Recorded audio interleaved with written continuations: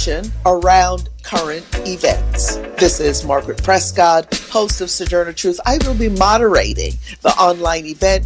Please join Dr. Gerald Horne and I on Sunday, November 13th at 3 p.m. Call 818-985-5735. Press 2 and ask for your ticket to join the Dr. Gerald Horne online event. Tickets are also available online at kpfk.org. This is Mumia Abu Jamal from Imprisoned Nation. You're listening to listener-sponsored KPFK 90.7 FM in Los Angeles, 98.7 FM in Santa Barbara. KPFK, powered by the people.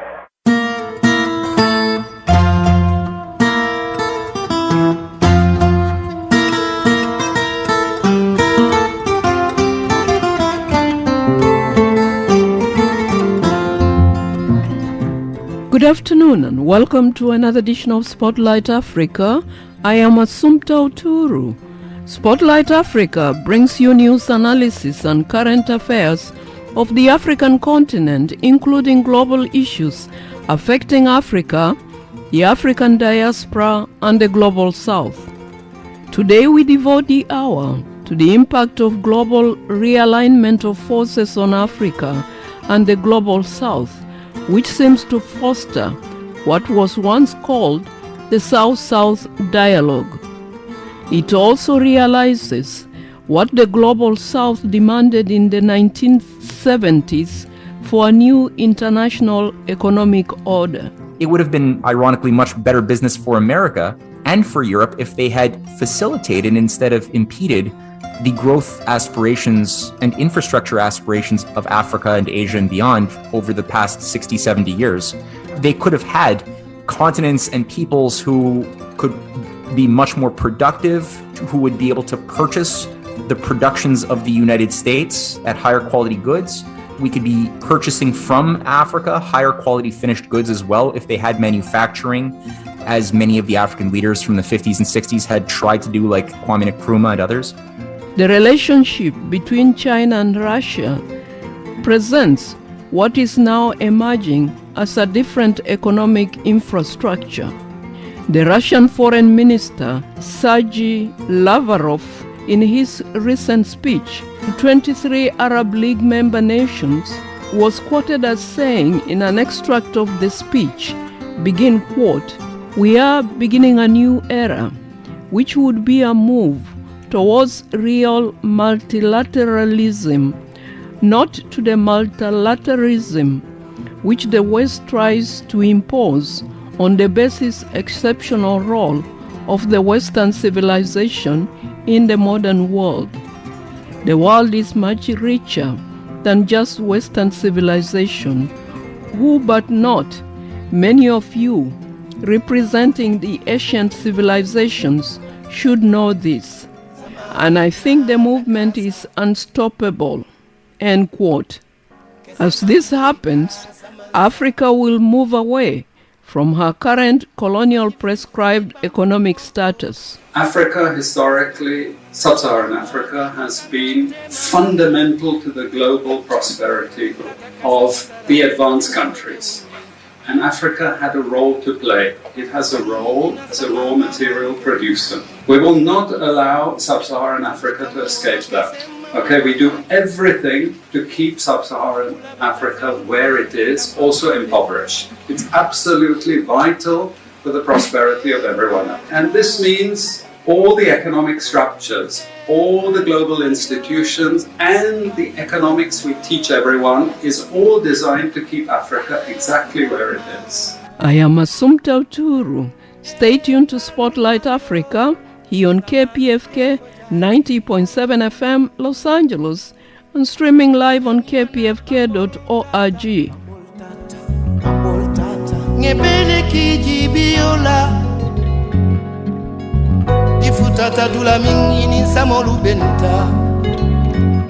What I tried to communicate as best as possible in that article, which was first published on The Cradle, just to get across that the multipolar alliance is something which is much more than people realize. And there is much effort being made by mainstream Western press to try to paint the multipolar alliance, meaning Russia, China, a variety of other nations of Eurasia, especially Iran, India being major players, Turkey, Saudi Arabia, Kuwait, others. There's a lot of effort to try to paint it as just another empire of exploitation to be afraid of. There's so much propaganda. When you look at the actual accomplishments, not just the words of leaders in China or in Russia or beyond, but you look at, well, what has China especially, which is the biggest economic capability to construct real world developments, infrastructure, industries, what have they done? And does it justify the fear and the propaganda which we are being fed? And I tried in the course of my article to demonstrate that, no, this is not just another exploitative empire, just like the unipolar, many people call it the rules-based international order led by the United States, Britain, and the old colonial powers of Europe, which is really what is shaping much of the transatlantic destiny currently, unfortunately. And it's not a very good destiny, but it's much healthier and it's much more premised around honest business and an idea of building full spectrum economic powers in countries who have suffered a lot of exploitation for a long time. And Africa has suffered more than I think any continent in the world under dishonesty, imperialism. That was Dr. Matthew Ehret, who is a senior fellow at the American University in Moscow. He's a geopolitical analyst and the director of the Rising Tide Foundation based in Montreal, Canada. The major aim of the Rising Tide Foundation is to foster cross-cultural understanding. Dr. Matthew Ehret has authored numerous books, and his recent article entitled Russia in Africa, Connecting Continents with Soft Power, prompted this interview on the impact of the realignment of global forces on African economies. It is this realignment of forces that could bring to reality what the Global South once called for a new international economic order. The then proposed new international economic order in the 1970s would move the economies of the Global South out of the imposed colonial economic structure and their positioning in the world economy. Today, China and Russia want to change that global order to a global economic order that is inclusive and beneficial to all. Now, Dr. Matthew Ehret explains such a possibility from the current reality. Dr. Ehret is a senior fellow at the American University in Moscow. He's a geopolitical analyst. Yes, that's right. The forces of history are already at play, and the West has demonstrated currently that it is holding on to an obsolete ideology which has no role to play in the new era of humankind. And I think that on February 4th of this year, weeks before the Russian military intervention into Ukraine began, you had the Russia-China Joint Declaration for Cooperation in a New Era. And I think reading that is very useful. It's a 5,000-word document, a real powerful, spirited document, which declares a common brotherhood and a common way of thinking about win-win cooperation going forward into the 21st century, which is very much demonstrating its influence, I think, in the case of the continent of Africa, which was the topic of my article, which you had read, where I try to get across as best as I can using concrete examples of projects that have been built or are being built or are planned to be built that are tied to the spirit of the Belt and Road Initiative, as well as other north-south transportation corridors, which are transforming and uniting the Eurasian economic area. The entire Eurasia is being united by a new type of spirit of building large-scale mega projects, new infrastructure corridors, which is it's much superior to anything we have lived in the West as far as our relationship to the Middle East, Southwest Asia, Africa.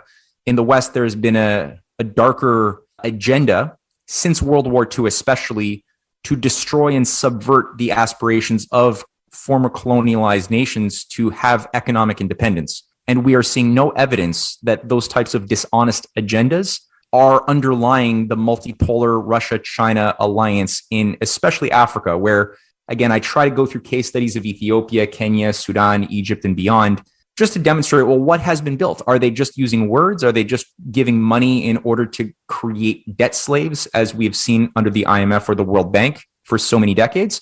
Or are they actually building real things which are provably pulling people out of poverty into higher education, into higher standards of living? And most importantly, are they providing nations the ability to increasingly stand on their own 2 feet in trust and cooperation with their neighbors, which is what Africa very much needs, as do every country needs that. So I tried to do my best as I could to demonstrate some of those projects, both the ones that have been built, are being built, or can be built, and are being discussed right now. China today speaks of the Belt and Silk Road, a concept that invokes the Asian Silk Road that linked the East and the West in a network of Euro-Asia trade routes. The current Belt and Silk Road implies the construction of infrastructure, railway lines and ports that connect the 3 continents, Asia, Africa, and Europe. It's a bit of both. I think the potency, power of the ancient Silk Road from the Han Dynasty era 2,000 years ago was that it was a basis of intercultural dialogue, exchange, as well as commercial practices, trade routes between East and West. From China, you have interconnectivity with the Muslim world that was created with the Christian world, especially with the recovery of the Silk Road in the 7th century under the Tang Dynasty, where it endured for several hundred years. With that, you have something very important about the way we tend to organize ourselves as human beings on this earth in harmony with neighbors who don't sound like us, don't worship with the similar rituals as we do, but we have so much more in common as human beings who can make things better, can create together, can share poetry and new scientific discoveries. So this is something which is very important for creating peace, is understanding.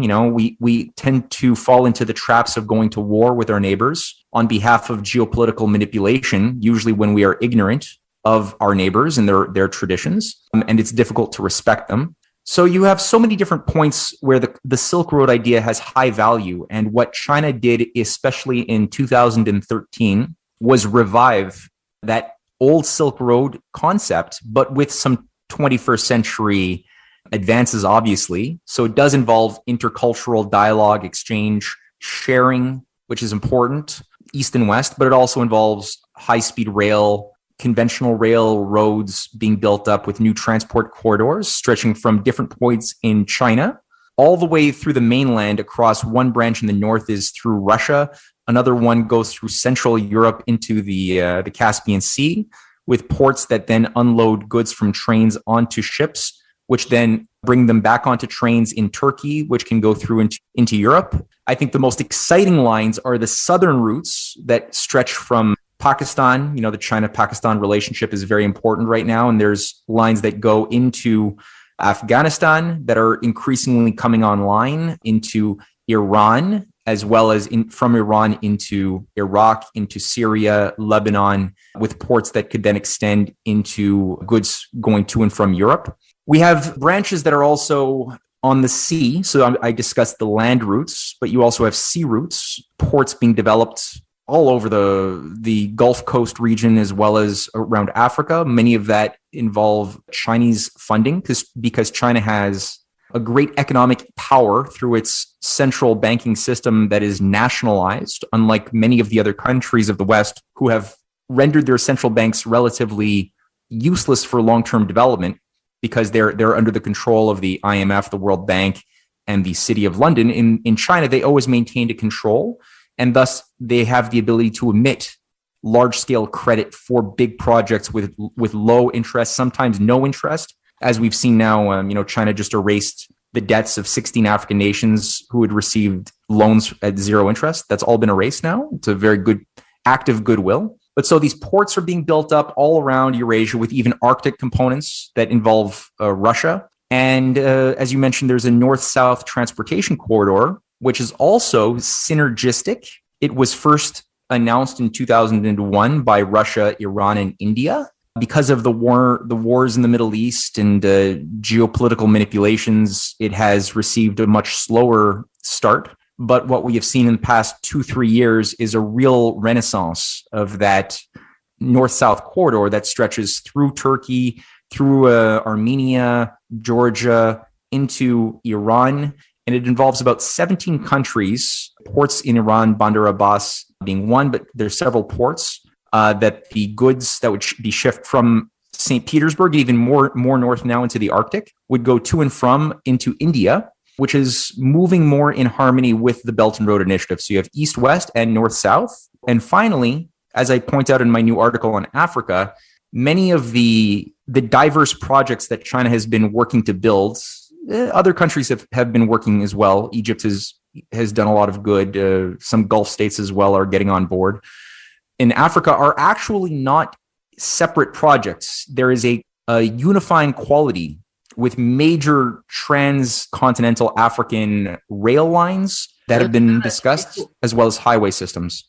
Before you go into that, maybe we can sort of get an understanding, because this seems like promoting what we used to be referred to the South-South dialogue, and also seems to promote what in the 70s was discussed as the new international economic order that the southern countries of the global south were demanding. But now that it is actually something that is happening, how does the West view this as a threat? Unfortunately, the West is captured currently by an imperial ideology which thinks that if their slaves develop independence, that the slave masters will not be able to continue to reap the advantages that they have from being at the top of the food chain, so to speak, which is very unfortunate because all of history has proved that, in fact, it is only when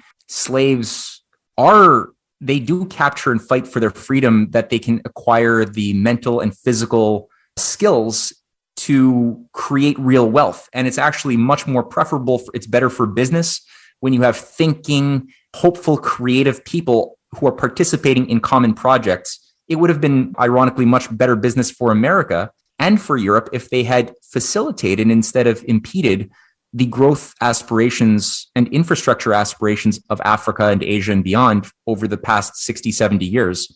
They could have had continents and peoples who could be much more productive, who would be able to purchase the productions of the United States at higher quality goods. We could be purchasing from Africa higher quality finished goods as well if they had manufacturing, as many of the African leaders from the 50s and 60s had tried to do, like Kwame Nkrumah and others. But China and Russia and other Eurasian countries recognize, and I'm glad that you said that, like when Fred Wills from Ghana had announced with many other leaders of the global South in the 70s, the call for a new economic architecture, a new just economic system, they were invoking the spirit of Bandung, the process in Indonesia that gave rise to the five and then 10 principles of peaceful coexistence, which was arranged by leaders in India and China and much of Africa, because they could see that the logic of the Cold War of each against all had no future. It was a logic of global extinction. And the advantages that the stronger victors of the Cold War, the United States, the British Empire, and I do think that the British Empire still has many powers even today that are active through their controls of the Five Eyes, the City of London, banking sector. That's really where the major power resides, even controlling much of U.S. foreign policy even now. I think that type of advantage that they think that they got during the Cold War period was illusory, because it was premised around the idea of creating a world that was more at war with itself, that that would grow to despise the United States more and more. Even the United States and Europe became increasingly economically weaker and less capable of even governing their own affairs properly as sovereign nations. So Russia and China, I think, are much more in alignment with the spirit of Bandung, the spirit of the non-aligned aspirations back in the day. And they recognize what just good common sense business is. You know, you don't want to burn the world. You don't want to destroy the world with nuclear war. You don't want to destroy your partners. You'd rather work to help your neighbors get better so that they trust you and admire you and respect you and you respect them. It's just good business, and it's much more in harmony, I think, with human condition.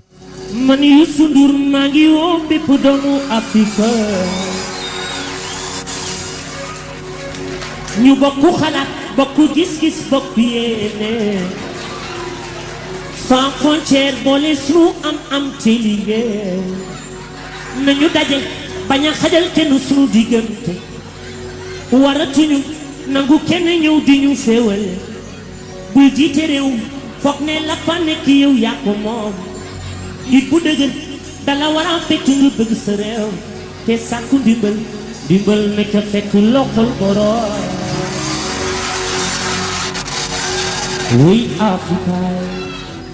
More with Dr. Matthew Ehret later, as we now take a music and station break. I am Assumpta Uturu.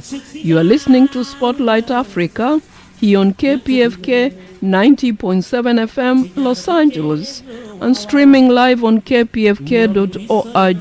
Coming up next, Dr. Ehret speaks on the African Continental Free Trade Agreement and the recent implementation of one of the major parts of that agreement, the Pan-African Payment and Settlement System.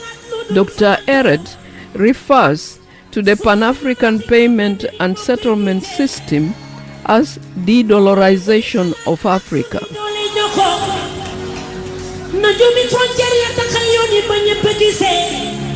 Change your thinking, walk together, keep on walking. Cheikh Anta Diop, Kwame Nkrumah, Stephen Biko, all you people. Africa, Africa, united.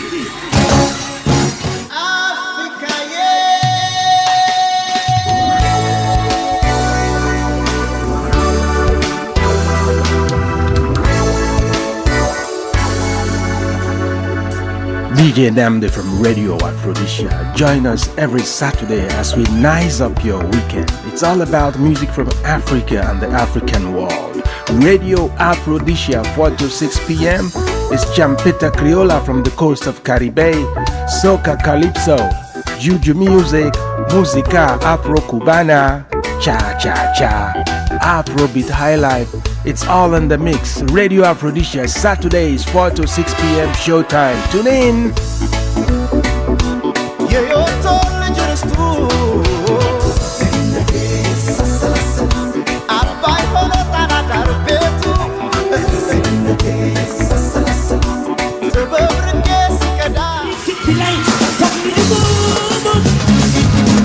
The African Continental Free Trade Agreement came into force in January 2021. It is the largest world trade agreement that brings together 55 member countries of the African Union, AU. The African Continental Free Trade Agreement aims at creating a single continental market with a population of about 1 billion people, with the gross domestic product estimated at $3.4 trillion. The recent launching of the Pan-African Payment and Settlement System is one of the major aims of the African Continental Free Trade Agreement. Dr. Ehret refers to the Pan-African Payment and Settlement System as the Dedollarization of Africa. Dr. Ehret is a senior fellow at the American University in Moscow. He is a geopolitical analyst. It's one of several components of a much more comprehensive long-term plan for basically pulling Africa into the 21st century and with full modernization quickly, because Africa has to do very quickly what the Western parts of the world in Europe and North America had 300 years to do. Africa must leapfrog very, very quickly. And you know, China wants to help. They don't have the problems of the West. They don't try to talk down to Africa and tell African nations that you're not allowed to have advanced technologies. You must only have appropriate technologies that do not change your natural ecosystems or tribal cultural lifestyles too much, which is patronizing and racist, really. So the African Continental Free Trade Agreement, it removes about 95% of the tariffs of the countries of Africa, many of whom have not been permitted to have a trade amongst themselves. This is the old plan of empires, divide to conquer. It does now permit for common easy visas, passports across different African countries. So up until now, it has been cheaper for many countries, people wanting to visit from one African country to another one, to first fly to Europe and then to fly from Europe back into Africa, which is absurd because of the airport infrastructure, airline infrastructure has been so underdeveloped.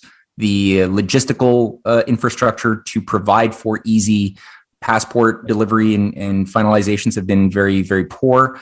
So this is now really making things streamlined. It's facilitating inter-African trade and development, which is also very good for countries like Africa, Eurasia, which is also moving ahead on free trade agreements with Africa. China is very, very hungry for this as well. And free trade can work very well if all parties are interested and committed to real, honest, mutual development of all participants. If you have dishonesty or multinational corporations trying to get nations to do free trade, they're not going to play by the rules that they want their victims to abide by, which is opening up your borders, lowering tariffs, and basically letting thieves come into your house after you've removed your alarm systems. We don't see that with Russia or China. It's a very different spirit. Same thing for India. There's a much more honest intention to use these free trade agreements and special economic zones like Russia's building in Egypt or Mozambique for the purpose of actually beneficial trade and cooperation. So on the issue of de-dollarizing Africa, can you elaborate on that, Dr. Ehret? Well, that's happening at its own pace as well. But, part and parcel with this program is the Pan-African Payments and Settlements System. Up until now, every nation for the past 70 years has been forced to settle all payments and trade balances through US dollars and having US dollar reserves, basically because the US has been the most powerful economic unit of the world for a very long time. It was understood that the US dollar is kind of like it's better than gold, That's no longer the case. The US is bankrupt, beyond bankrupt. It's on the verge of a complete economic and social collapse. This is something which has induced many countries to find alternatives. And Russia, China both have created alternatives to SWIFT. It's an interbank system of settling payments.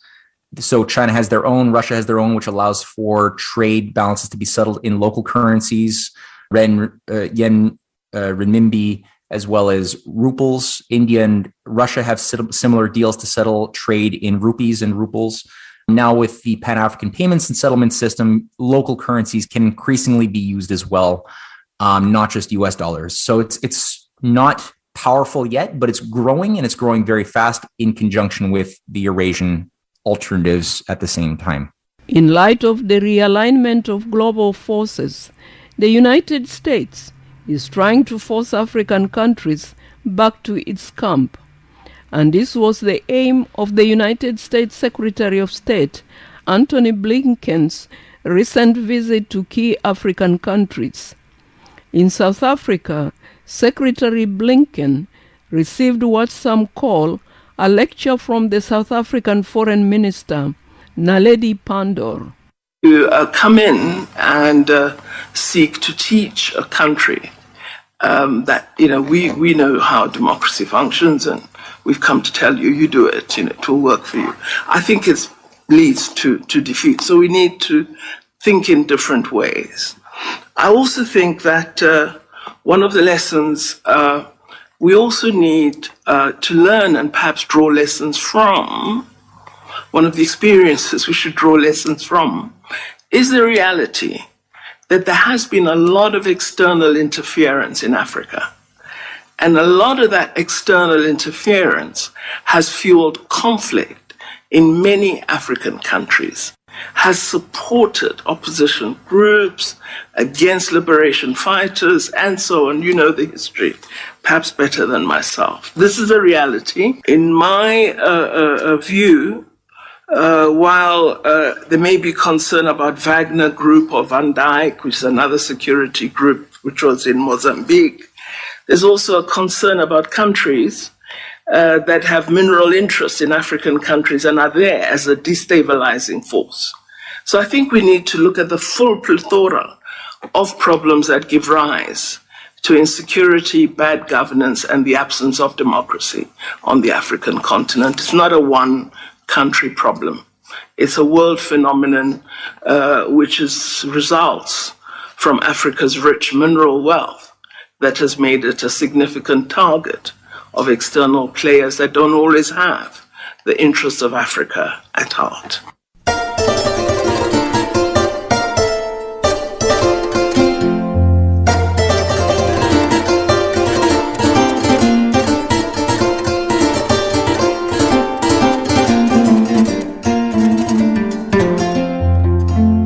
The second Russia-Africa Summit is scheduled to take place this October-November in Addis Ababa, the Ethiopian capital, the headquarters of the African Union. Many observers are keen to acknowledge the Ethiopian government courage to hold such a summit in the current climate of Western hostility towards the Russian Federation after Russia invaded Ukraine. In Ethiopia, the United States currently continues its support of its former ally, the Tigray People's Liberation Front, TPLF, in an effort to destabilize Ethiopia. TPLF ruled Ethiopia for almost 3 decades under the umbrella of the Ethiopian People's Revolutionary Democratic Front, which was composed of a majority of Ethiopian ethnic groups. Again, here is Dr. Ehret, who is a senior fellow at the American University in Moscow. He's a geopolitical analyst. They did not appreciate his approach, which I think the South African foreign minister called it patronizing and bullying. And, you know, it is. I mean, at the same time, Blinken was doing his idiotic tour trying to threaten African leaders, but trying to sound like he's very nice about it to stay away from Russia and China. You know, he's promoting U.S. Global Fragility Act to provide money to a bunch of countries that the U.S. has kept underwater for a long time, as if money is really what they need. It's not money. It's an honest intention to actually help the people and build the real economy, which there has not been an honest intention. I'm sure this money is tied to many strings attached in different forms of neo-colonial operations like green energy, boondoggles, which are, again, colonial in their own way because they prevent countries from having the type of heavy industrial capabilities that they so desperately require to eliminate poverty and bring their people into a better way of living. There's also the Countering Malign Russian Influence in Africa Act, which is being passed soon by the U.S. government, which Blinken was supporting. And the South African government basically called this an offensive act because it prevents countries in Africa from doing business with Russia, and sanctions are even being threatened. Russia and especially Ethiopia, I think, is one of the strongest nations on the continent because of their anti-colonial history. You know, they've never been successfully colonized. They fought the Italians. They've maintained. They're one of the. I think they're the only African country which has successfully done this.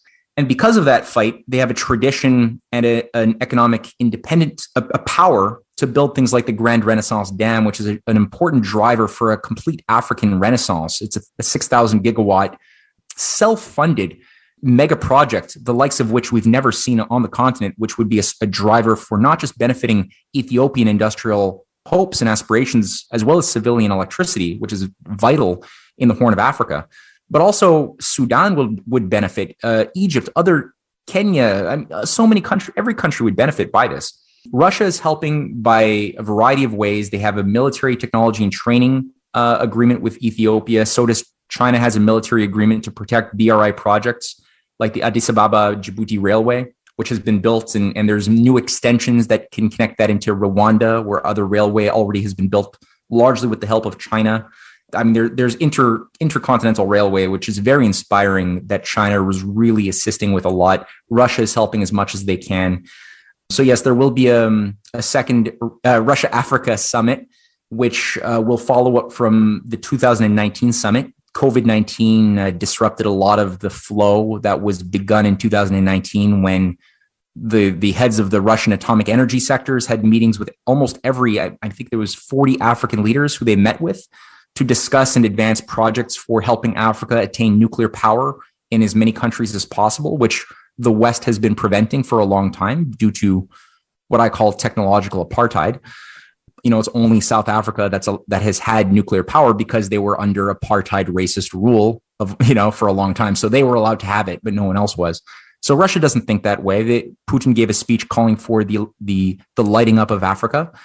That's the correct spirit. And I think this coming summit in Ethiopia is keeping many Western imperialists awake at night, having nightmares.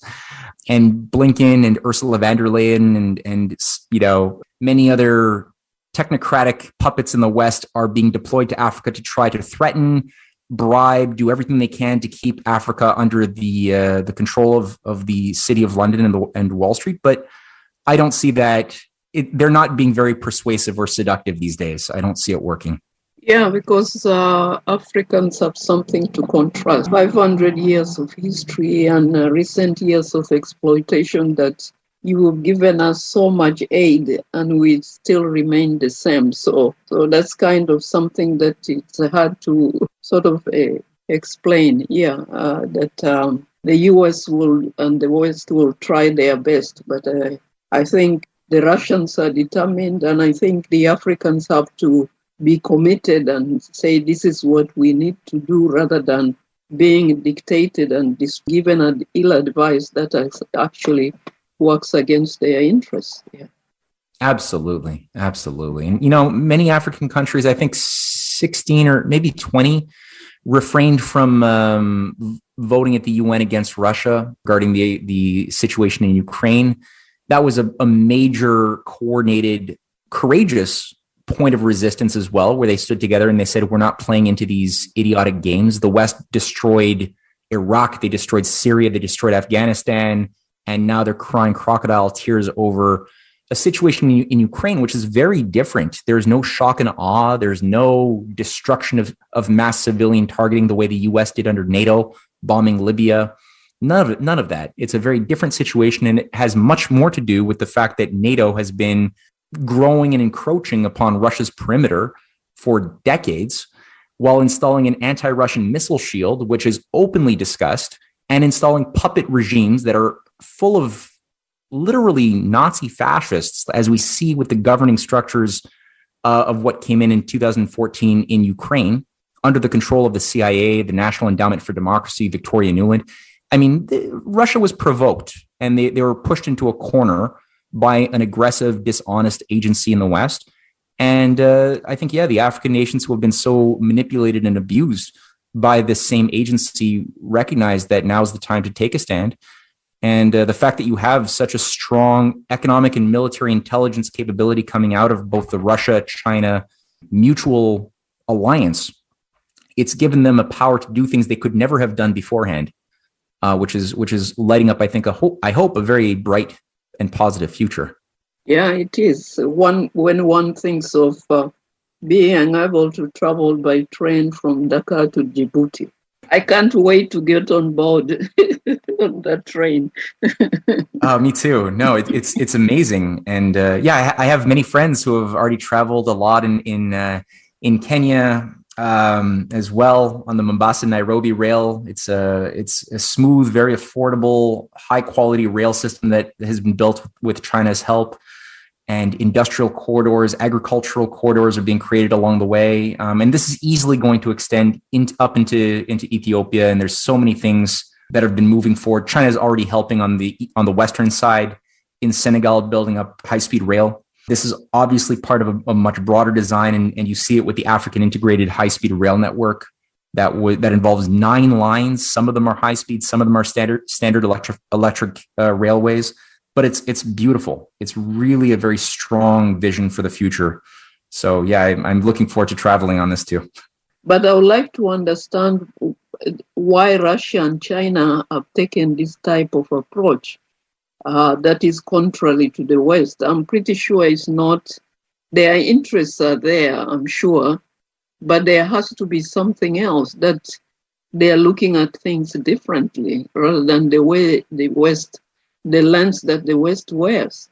Oh, most certainly they are. There's a variety of reasons, I think. As you pointed out, they are looking at things differently. There's a different cultural matrix in the East, which is premised on, I think, these countries are increasingly defining themselves as civilizational forces, and which is more than the simplistic idea of nation states, which emerged out of the 17th century after the Peace of Westphalia in Europe. And the nation state innovation had a lot of good to it. It created a foundation of international law based upon a mutual respect for the borders of your neighbors and to not infringe militarily, if you abide by those rules upon another nation's property and territories.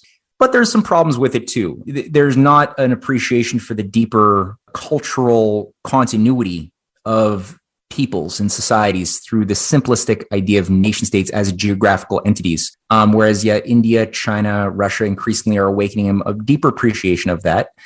And they don't want to sacrifice those ancient traditions on some idiotic geopolitical game that could lead us into nuclear war and, a burning of the earth and peoples.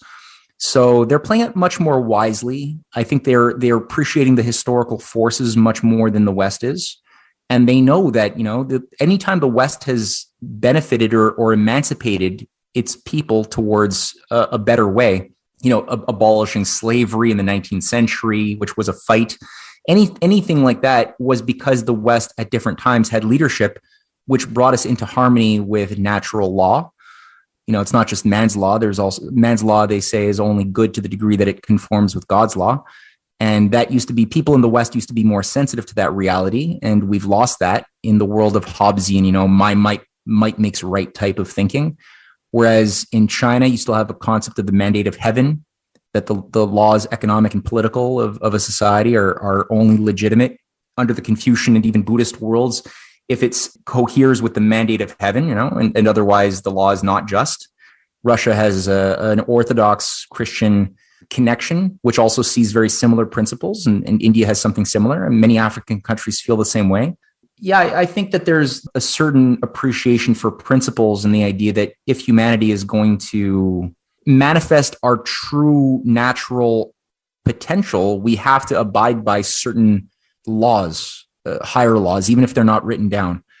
And that involves respect. It involves thinking about the future. It involves avoiding conflict if possible, unless it's defensive, and trying to create unity instead of division, which is empires always do the opposite. Empires always get their slaves to fight each other. They divide to conquer. They keep their victims as dumb as possible, as uneducated as possible, so that they cannot think in a creative, powerful way. When I look at the effects of Russia, China, and their policy orientation, it's the opposite effects that I'm seeing result because they appreciate something else. That was Dr. Matthew Ehret on the impact of Russia and China relations and interest in Africa. And this realignment of global forces has the prospects of moving Africa into the path of economic prosperity. Dr. Ehret is a senior fellow at the American University in Moscow. He is a geopolitical analyst and the director of Rising Tide Foundation based in Montreal, Canada. The major aim of the Rising Tide Foundation is to foster cultural understanding. Dr. Matthew Ehret has authored numerous books, and his recent article entitled Russia in Africa, Connecting Continents with Soft Power, prompted this interview on the impact of realignment of global forces on the African economies. We now take a music and station break. I am Assumpta Uturu. You are listening to Spotlight Africa here on KPFK 90.7 FM Los Angeles and streaming live on kpfk.org. Coming up next is a presentation of what brings to light an understanding of why the Global South views the realignment of global forces as economically beneficial. Over 400 years has washed away our fears. strengthen our pride. Now we've turned back the tide.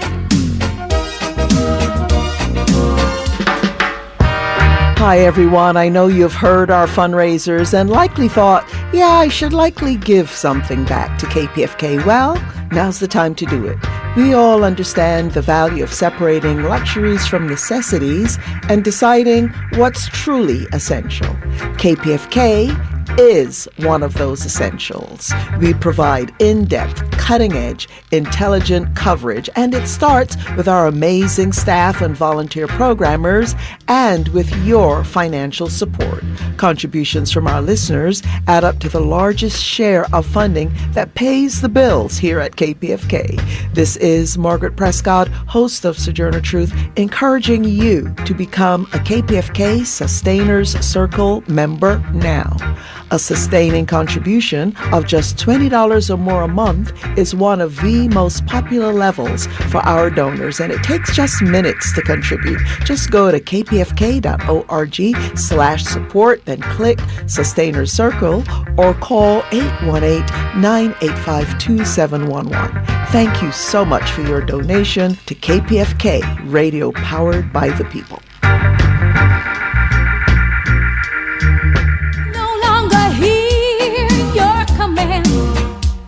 Release the control from your hands.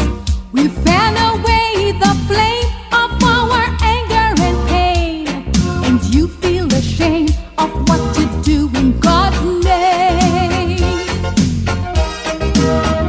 So we'll fight for the right to be free. We'll build our own society. We'll sing, we will sing, we will sing our own song. Today we present a speech by an Indian scholar, diplomat, a politician, Dr. Shashi Tharoor, in a debate about whether Britain owes reparations to her former colonies. Interestingly, this would also include the United States, Canada, Australia, and New Zealand. Dr. Shashi Tharoor was speaking recently at Oxford Union Society in Oxford, England. I, standing here with 8 minutes in my hands and at this venerable and rather magnificent institution, I was going to assure you that I belong to the Henry VIII School of Public Speaking, that as Henry VIII said to his wives, I shall not keep you long. But now finding myself the seventh speaker out of 8 in what must already seem a rather long evening to you, I rather feel like Henry VIII's last wife. I more or less know what's expected of me, but I'm not sure how to do it any differently. Perhaps what I should do is really try and pay attention to the arguments that were advanced by the opposition today. We had, for example, Sir Richard Ottaway challenging the very idea that it could be argued that the economic situation of the colonies was actually worsened by the experience of British colonialism. Well, I stand to offer you the Indian example, Sir Richard. India's share of the world economy when Britain arrived on its shores was 23%. By the time the British left, it was down to below 4%. Why? Simply because India had been governed for the benefit of Britain. Britain's rise for 200 years was financed by its depredations in India. In fact, Britain's industrial revolution was actually premised upon the deindustrialization of India. The handloom weavers, for example, famed across the world, whose products were exported around the world, Britain came right in. There were actually these weavers making fine muslin, light as woven air, it was said. And Britain came right in, smashed their thumbs, broke their looms, imposed tariffs and duties on their cloth and products, and started, of course, taking the raw materials from India and shipping back manufactured cloth, flooding the world's markets with what became the products of the dark and satanic mills of Victorian England. That meant that the weavers in India became beggars, and India went from being a world-famous exporter of finished cloth into an importer, went from having 27% of world trade to less than 2%. Meanwhile, colonialists like Robert Clive bought their rotten boroughs in England on the proceeds of their loot in India, while taking the Hindi word loot into their dictionaries as well as their habits. And the British had the gall to call him Clive of India, as if he belonged to the country, when all he really did was to ensure that much of the country belonged to him. By the end of the 19th century, the fact is that India was already Britain's biggest cash cow, the world's biggest purchaser of British goods and exports, and the source of highly paid employment for British civil servants. We literally paid for our own oppression. And as has been pointed out, the wealthy Victorian British families that made their money out of the slave economy, 1/5 of the elites of the wealthy class in Britain in the 19th century owed their money to transporting 3 million Africans across the waters. And in fact, in 1833, when slavery was abolished, what happened was that a compensation of £20 million was paid, not as reparations to those who had lost their lives or who had suffered or been oppressed by slavery, but to those who had lost their property. I was struck by the fact that your Wi-Fi password at this union commemorates the name of Mr. Gladstone, the great liberal hero. Well, I'm sorry, his family was one of those who benefited from this compensation. Staying with India, between 15 and 29 million Indians died of starvation in British-induced famines. The most famous example, of course, was the Great Bengal Famine during the Second World War, when 4 million people died because Winston Churchill, deliberately as a matter of written minuted policy, proceeded to divert essential supplies from civilians in Bengal to sturdy Tommies and Europeans as reserve stockpiles. He said that the starvation of anyway underfed Bengalis mattered much less than that of sturdy Greeks. This is Churchill's actual quote. And when conscience-stricken British officials wrote to him, pointing out that people were dying because of this decision, he peevishly wrote in the margins of the file, "Why hasn't Gandhi died yet?"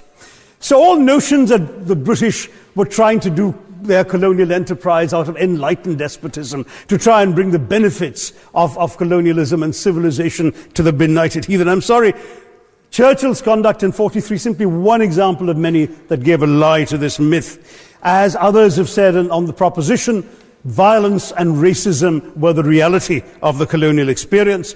And no wonder that the sun never set on the British Empire, because even God couldn't trust the English in the dark.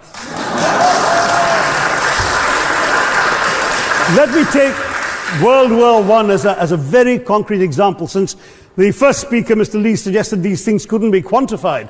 Well, let me quantify World War I for you. Again, I'm sorry, from an Indian perspective, others have spoken of other countries. 1/6 of all the British forces that fought in the war were Indian. 54,000 Indians actually lost their lives in that war. 65,000 were wounded. Another 4,000 remained missing or in prison. Indian taxpayers had to cough up £100 million in that time's money. India supplied 70 million rounds of ammunition, 600,000 rifles and machine guns, 42 million garments were stitched and sent out of India, and 1.3 million Indian personnel served in this war. I know all this because, of course, the commemoration of the centenary has just taken place. But not just that. India had to supply 173,000 animals, 370 million tons of supplies, and in the end, the total value of everything that was taken out of India, India, by the way, suffering from recession at that time and poverty and hunger, was, in today's money, £8 billion. Second World War, it was even worse, 2.5 million Indians in uniform. I won't belabor the point, but of Britain's total war debt of £3 billion, in 1945 money, 1.25 billion was owed to India and never actually paid. Somebody mentioned Scotland. Well, the fact is that colonialism actually cemented your union with Scotland. You know, the Scots had actually tried to send colonies out before 1707. They'd all failed, I'm sorry to say. But then, of course, came union, and India was available, and there you had a disproportionate employment of Scots. I'm sorry, Mr. Mackenzie has to speak after me. Engaged in this colonial enterprise as soldiers, as merchants, as agents, as employees, and the earnings from India is what brought prosperity to Scotland, even pulled Scotland out of poverty. Now that India is no longer there, no wonder the bonds are loosening. Yes, maybe today's Britons are not responsible for some of these depredations, but the same speakers have pointed with pride to their foreign aid. You're not responsible for the people starving in Somalia, but you give them aid. Surely the principle of reparations for the wrongs that have been done cannot be denied. It's been pointed out, for example, the dehumanization of Africans in the Caribbean, the massive psychological damage that has been done, the undermining of social traditions, of property rights, of the authority structures of these societies, all in the interests of British colonialism. And the fact remains that many of today's problems in these countries, including the persistence, in some cases the creation of racial and ethnic and religious tensions, were the direct result of the colonial experience. So there is a moral debt that needs to be paid. Someone challenged reparations elsewhere. Well, I'm sorry, Germany doesn't just give reparations to Israel.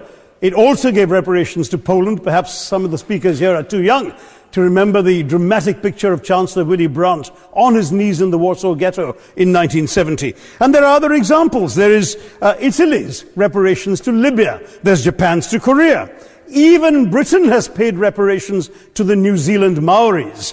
So it's not as if this is something unprecedented or unheard of that's going to somehow open some sort of nasty Pandora's box. There was reference to democracy and rule of law. Let me say with the greatest possible respect, it's a bit rich to oppress, enslave, kill, torture, maim people for 200 years and then celebrate the fact that they're democratic at the end of it. We were denied democracy, sir. We had to snatch it, seize it from you. That was a speech by an Indian scholar, diplomat and politician, Dr. Shashi Tharoor, given recently in a debate whether Britain owes reparations to her former colonies.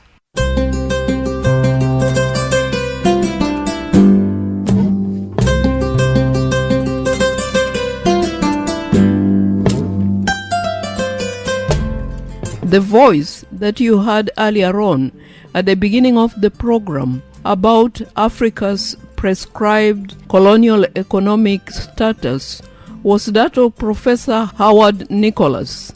Dr. Howard Nicholas is a senior lecturer at the International Institute of Social Studies at Rotterdam University in the Netherlands. Dr. Nicholas is a renowned Sri Lankan economist. I am Assumpta Uturu.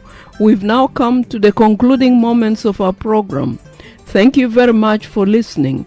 Remember, Spotlight Africa broadcasts are now archived on the KPFK website and as kpfk.org. For any comments, please feel free to email us at spotlightafrica@kpfk.org. So until next time, peace and love, stay strong, stay tuned to KPFK. Coming up next is The Car Show, and coming up at 4 p.m., African music from Africa and the African world on Aphrodisia with Namdi.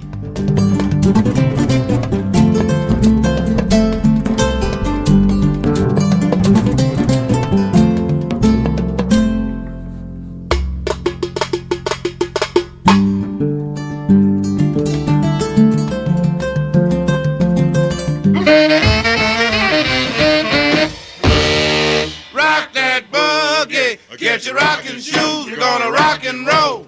Come on, cats, let's go, go, go. Hi, I'm Bill Gardner, host of Rhapsody in Black. I play classic rhythm and blues from the 40s, 50s, and 60s. Boogie with Bill Gardner every Saturday afternoon from 2 to 4 on KPFK 90.7 FM.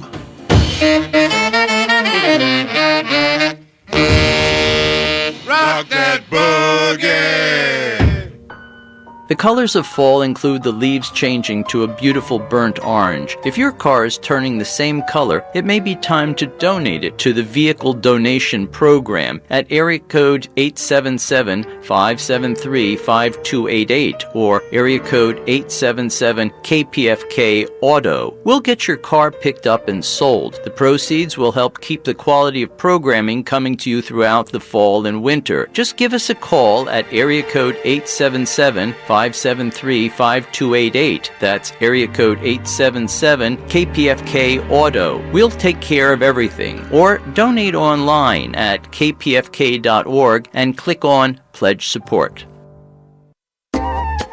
This is Kathy Diaz, your Monday host of Global Village. Join me for an exploration of Afro-Cuban rhythms from next door and around the world with other musical stops along the way. That's every Monday on Global Village from 11 a.m. to 1 p.m. on KPFK Los Angeles 90.7 FM.